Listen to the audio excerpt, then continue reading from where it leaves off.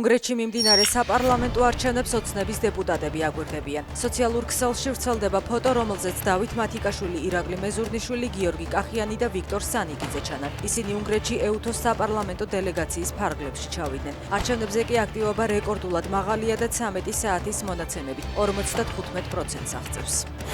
ორბანის პარტიის მერმა ხმა ოპოზიციას მისცა. ქალაქ ბოჩის მერმა შიოგე ტოტმა განაცხადა, რომ არჩევანი გააკეთა რუსული გავლენის წინააღმდეგ და ევროპული ღირებულებების სასარგებლოდ. ის მერად ორბანის პარტია ფიდესიდან 71%-იანი მხარდაჭერით არის არჩევანი.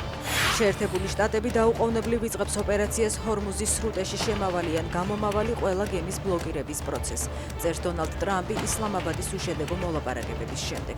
მისივე შეფასებით შეხვედრა წარმატებული იყო, თუმცა მთავარი ბირთვული საკითხი არ მოგვარებულა. განცხადება გაავრცელა ირანის პარლამენტის თავმჯდომარემაც. მისი ცნობით წარადგინეს 168 კონსტრუქციული წინადადება, თუმცა ამერიკა არც ერთს არ დაეთანხმა.